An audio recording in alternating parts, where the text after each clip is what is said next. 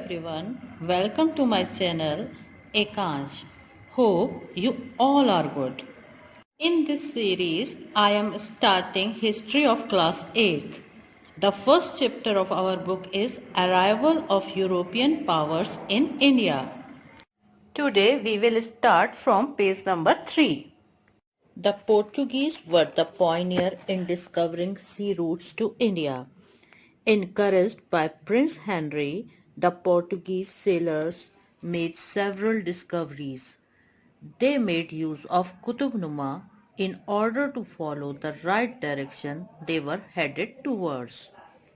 The Spanish sailor Columbus moved in search of India, but in the process discovered America.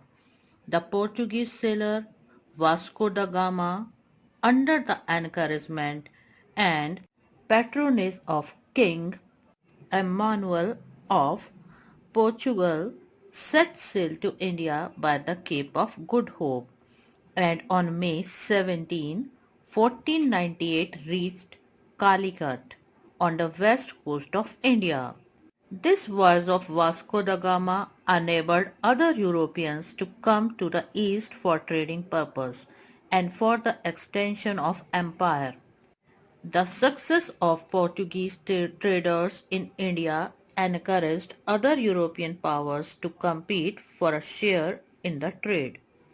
Year 1453 में जब Ottoman Turk ने Byzantine पर कब्जा कर लिया तो उसके बाद यूरोप और इंडिया में ट्रेड बंद हो गया क्योंकि टर्क्स ने व्यापारिक मार्ग यानी ट्रेड रूट को बंद कर दिया था। टर्क ये चाहता था वह इंडियन गुड्स को खरीदे और फिर यूरोपियन कंट्रीज में खुद से बेचे, तो वो ट्रेड को मोनोपोलाइज करना चाहते थे। उसके बाद से ही सभी यूरोपियन कंट्रीज इंडिया के लिए नए सी रूट की खोज में लग गईं। इस खोज में सबसे आगे पोर्चुगीज रहे। Portuguese were the pioneer in discovery sea routes to India.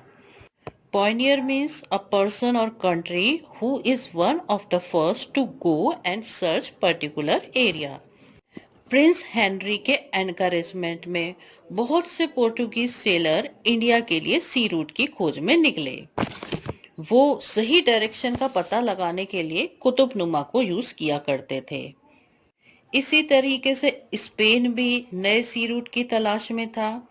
उस समय स्पेनिश सेलर कोलंबस भी इंडिया की सर्च के लिए निकले, लेकिन वह रास्ता भटक गए और इस प्रोसेस में उन्होंने अमेरिका को डिस्कवर कर लिया। पोर्टुगीज सेलर वास्को दा गामा किंग एमानुअल के संरक्षण मतलब पैट्रोनेज और उनके एनकरेजमेंट के तहत इंडिया की खोज के लिए निकले। वो साउथ अफ्रीका के केप ऑफ गुड होप से होते हुए मई 17, 1498 को कैलिकट पहुंचे, जो इंडिया के वेस्ट कोस्ट पर है। वास्को दा गामा जब इंडिया से वापस गए तो अपने साथ बहुत से मसाले, टेक्सटाइल क्लोथ्स और बहुत सा सामान लेकर गए और उसे अपनी कंट्री में बेचकर उन्होंने बहुत प्रॉफिट अर्न किया। The voice of Vasco da Gama enabled other Europeans to come to the east for trading purpose and for the extension of empire. Voyage होती है यात्रा, तो वास्को दा गामा की इस यात्रा ने और यूरोपियन को ईस्ट में आने के लिए, ईस्ट क्योंकि इंडिया जो है वो यूरोपियन कंट्रीज से ईस्ट डायरेक्शन में है, तो ईस्ट में आने के लिए उन्हें एक रास्ता मिल गया। वो यहाँ आने में सक्षम हो गए। एनेबल मतलब सक्षम, ट्रेडिंग पर्पस और अपने एम्पायर के एक्सटेंशन के लिए। पोर्टुगीज ट्रेडर्स की सक्सेस से और यूरोपियन पावर्स जैसे कि ब्रिटिश, फ्रांस, डच को भी ट्रेड में compete करने के लिए प्रोत्साहन मिला। स्पेनिश सेलर कोलंबस इंडिया की सर्च के लिए निकले, लेकिन वो रास्ता भटक गए और इसी भटकने की वजह से अमेरिका को डिस्कवर कर लिया। इसलिए अमेरिका की खोज एक्सीडेंटली हुई। वास्को दा गामा ने पोर्चुगल के लिस्बन से अपना वॉयज स्टार्ट किया। वो अफ्रीका के बॉर्डर से होते हुए केप ऑफ गुड होप पहुंचे। उन्होंने अपना व्यापार अफ्रीका में भी किया। उसके बाद वो कालीकट पहुंचे, जो इंडिया के वेस्ट कोस्ट पर सिचुएटेड है। European trade. In the beginning, the Portuguese controlled trade routes along the Malabar coast. Their position in India was consolidated by generals like Almeida and Albuquerque, who helped in the establishment of Portuguese trader settlements in Goa, Diu and Daman. The Portuguese monopolized trade and reaped huge profits, sometimes extending up to 60 times of the money they had invested. They used to bring gold and silver from their country and buy Indian spices, cotton textile manufactured on handlooms, and indigo used for dyeing cloth. The making of huge profit resulted in competition and rivalries. European trade. In the beginning, the Portuguese controlled trade routes along the Malabar coast. प्रारंभ में Portuguese ने अपना trade Malabar coast पर नियंत्रित किया। पोर्टुगल यानी एक country, Portugal ने इंडिया में अपने जनरल्स भी अपॉइंट कर दिए थे, Almeida and अल्बुकुर्की।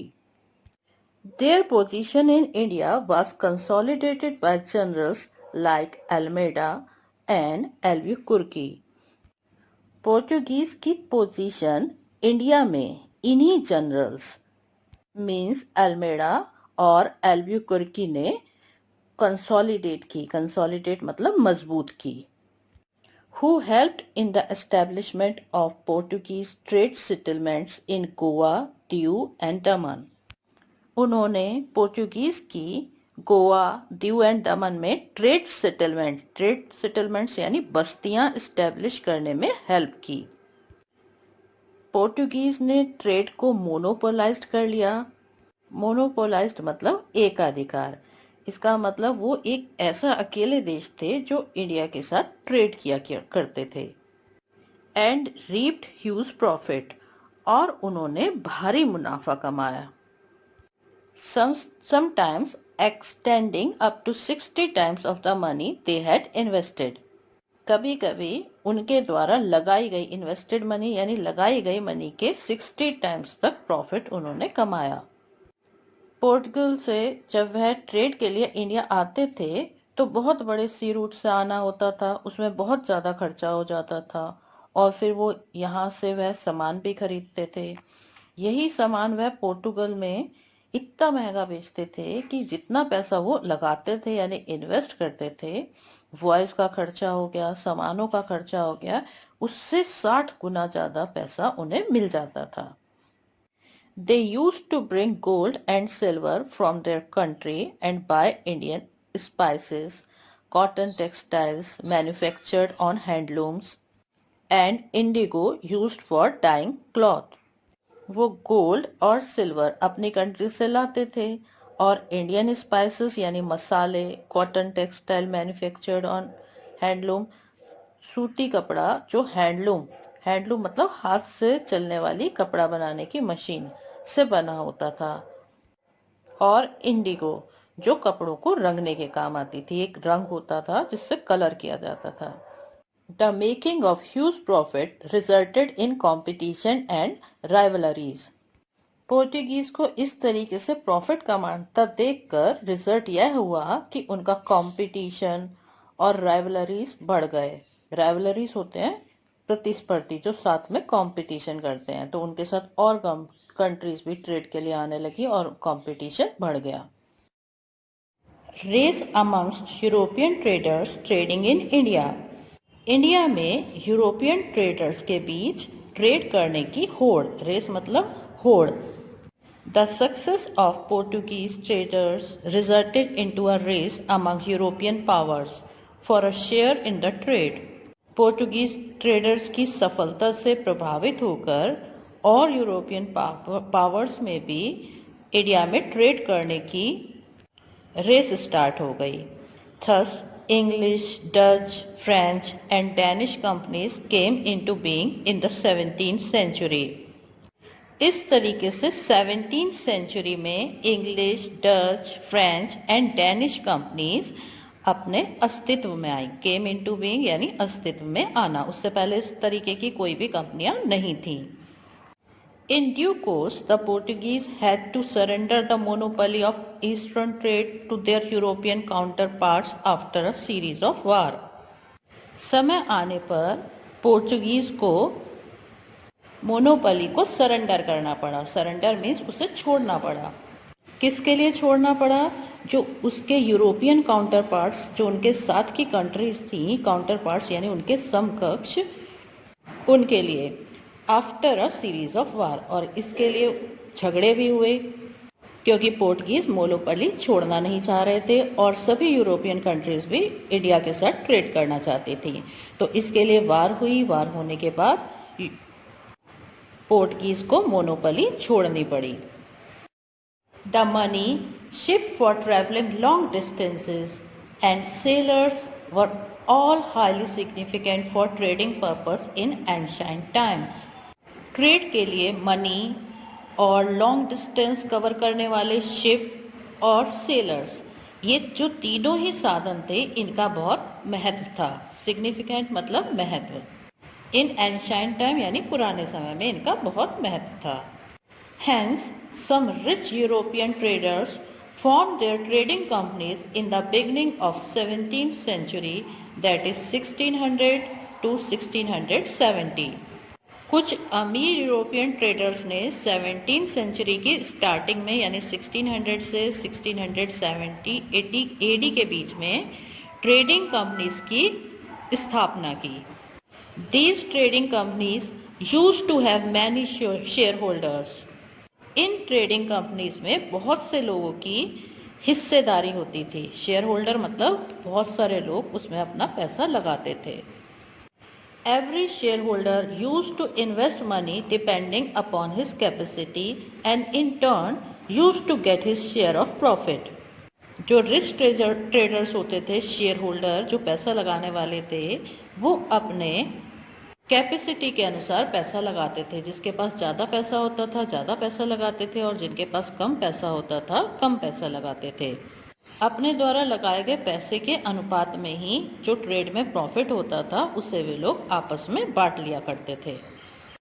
Some of the main companies established in that phase were British India Company in England, Dutch East India Company in Holland and France East India Company in France.